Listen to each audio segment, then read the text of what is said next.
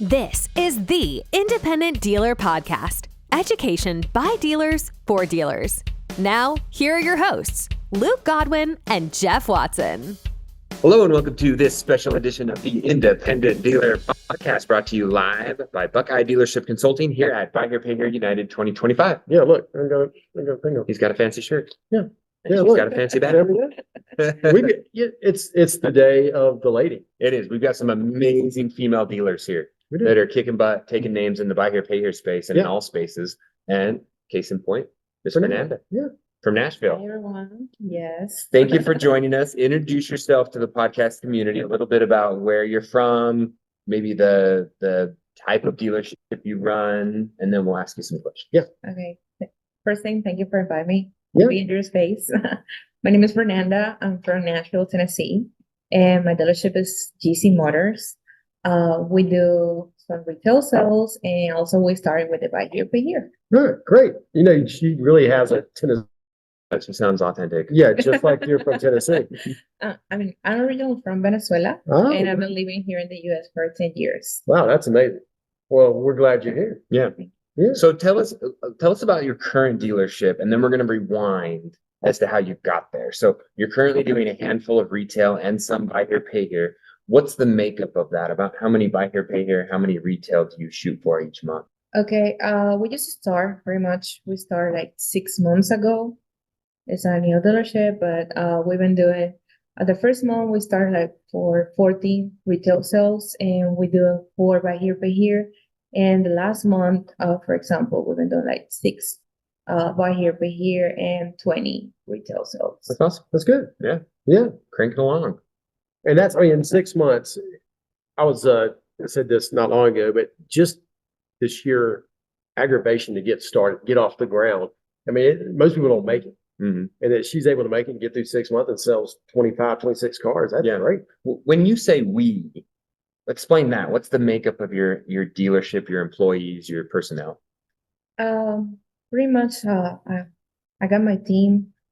I got a salesperson and I got my mechanic. That's what I said we, because we are a team. It's Yeah. not just me, just because I'm the owner of the dealership. It's like we need to work together to make it happen. Mhm. And so it's you, a salesperson, and a mechanic. And a mechanic. Okay. And do you do all your service in-house or do you send some of it out? No, we do all the service in the house. Okay. I found a very good mechanic. Oh, yeah, it So- sounds like it. What price card do you sell? We start and we can start in 2000.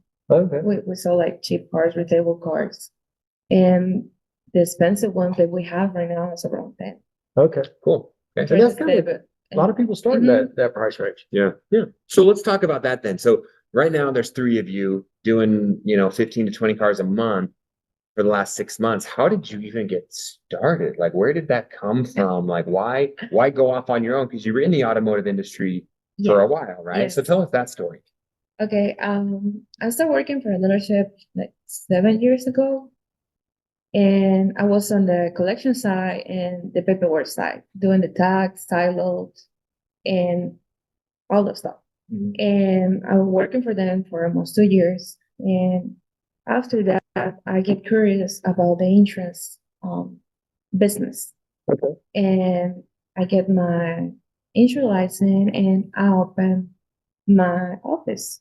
An Also, insurance agent. I also have an insurance agent. Okay. I'm a Republic in the state of Tennessee, and also we offer all the vehicle services like title registration and for individuals, So not just for dealers. so This is in- how it started Okay, so you did it for other dealers who for were. other dealers. Oh, Yes, okay. yes, Okay. yes. And also, I help dealers to be open in Tennessee to get the license. To get their To license. get their Mhm. license. Okay. And I was doing some retail with my friends. They have a dealer. They let me buy some cars, Okay. and this is how I started the business. And last year I say, okay, I'm ready. I'm gonna open Just- my own one. Yeah. Just ready to go. Wow. Yes. That's impressive that you, I mean, you're in a country where English isn't your first language and Mhm. you have the courage to go and, open your own insurance agency Yeah. and build that up, have other dealers and decide that, hey, car business is where I want to be. Yes. Why? Yeah, yeah. Why? Is the money's there? Okay. Yeah, you saw. I Like, saw the hey, opportunity. I Okay. saw the opportunity, and I like work with cars. I like the Mhm. industry. I like pretty much everything that I do, and that's what I decide to jump on it. Yeah, I mean, This business. do you know much about cars? Like the Um, mechanics of them? Or anything? not really. Okay. Not You really. don't have to. I mean, yeah, probably some of the better dealers don't know crap about cars. Yeah, but I'm trying to learn pretty much every day to get better in this business, especially because this industry is for men. It's Yeah. calling for men. Mm. Yeah. But now I saw a lot of women on it, and I'm here with trying to get it better. Yeah. Yeah, there are a lot of women here Mhm. this week. Yeah. And a lot of very smart women, not that all women are smart, but I mean, a lot of people that that we can learn from. Yeah. Mhm. Did you have any difficulties when you were getting your license and getting set up and finding a space and funding? Like, where did you get a Yes, flooring line from? Like, how did you find the money to do the things that you were doing? I start basically with my own money from my other business, but also I get a floor plan. Awesome. Also I get a floor plan. And yeah, the difficult was to find the spot. Mm. Oh, Find yeah. the spot that was, I think that was. How'd you go about Right. finding it? How'd you decide? Because Nashville's a huge and growing metropolitan Yeah. area, and real estate's not cheap. My dealer is not in Nashville, Okay. like Nashville area. It's like an hour and 20 minutes from Nashville. Okay. Mhm. But still, Nashville is kind of growing It's out. growing, So it's growing every day. did you buy the property or did you No, rent I it? rented, I Okay. rented it. Okay. I And you rented it. commute back and forth every day? Not every day. I mean, I got one of the workers, they open the dealership Okay. and work pretty much with the computer, Okay. and the actions, and Your salesperson's there every day. my salesperson there Mm-hmm. every day. And is that the town that you're outside of? How did you decide that? I mean, that's being that far outside of. Yeah, I saw the opportunity Okay. and the rent price was good, Mm. was something like that made me choose Okay. that place. Yeah. Mhm. And it's a big place. It's almost an acre. And I have two office in there, the garage, So the you could, facility. I got pretty much everything can and a grow good it. deal. I Yeah. can grow in it one day, would you like to buy? for sure. What else have you found in your growing pains over the last couple months that have been difficult? What's been the hardest part about getting off the ground and getting going? The cars, the car prices. Mm. Yeah. The car Stomaching prices. like putting that much money into a vehicle. Yes. Yeah. What do you have a certain brand that you like to sell or? We saw a lot of Nissans. Okay. I'm gonna lie. Yeah. I mean, Toyotas. Toyotas, Hondas, Hondas, uh-huh. Nissans. Yeah. Yeah. Price point for the Nissans a little lower, so I could see how. That's good. And as far as collections go on the buy here, pay here notes, obviously, I'm guessing you handle all that? I handle it, yeah. Okay. We don't have any collections right now. I mean, But yeah, we but you have so we few just accounts. started, Yeah. yes. Yeah. Mhm. But your customer base is heavy Spanish speaking, Latino? Yes, pretty much. All my customers. Yeah. I mean, all the customers that we have right now for buy here, pay here are Latinos. Mhm. Any Spanish. thing specific about how you're structuring the deals with them? Do you have guidelines as far as how much down payment you require, monthly payment, documentation of income? How are you handling that? It's depend on the vehicle Mhm. and depend on their profile. So I'm trying to ask for the customer where they work, bank statements, proof of address as well. And we started down payments in $2,000, Okay. Yeah. 1,500. It's depend on the cars and depends how much they can pay. And the only thing that we require is like half the insurance, the full cover insurance. Is that It's hard very important. It's sometimes? very important. It is. She's got an insurance But I got an agent. insurance agent.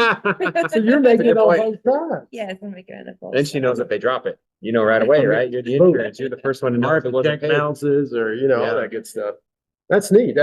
So what do you like better, insurance or cars? Cars. Okay. There's just more profit in cars than It is more insurance? profit. Is it hard to work though?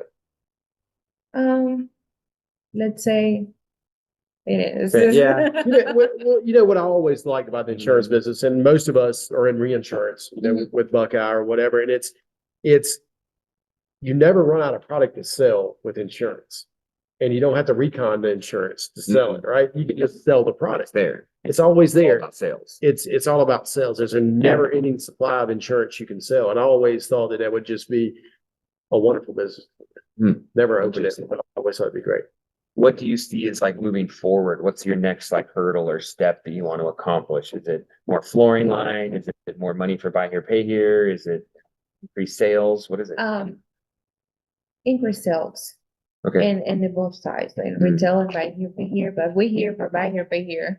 Yeah. Learning everything is possible. So What have you learned today that you didn't already know about buy here, pay here? Because you're very young in the business. yes, one of the main things that I learned, not just on the buy here, pay here side, it's just how important are the customer? How do you have to take care of the customers to keep it then happy and keep making them come back to you? That is probably the most important thing to learn in a buy here, pay here business. It's very, it's very relationship driven. People pay you because of the relationship you make with them, plus the car they get. If you do it right, you hardly have to advertise because there's so many people coming back. That's a good thing that you've learned early. And the Hispanic customers seem to be very loyal, don't they? They are. They are.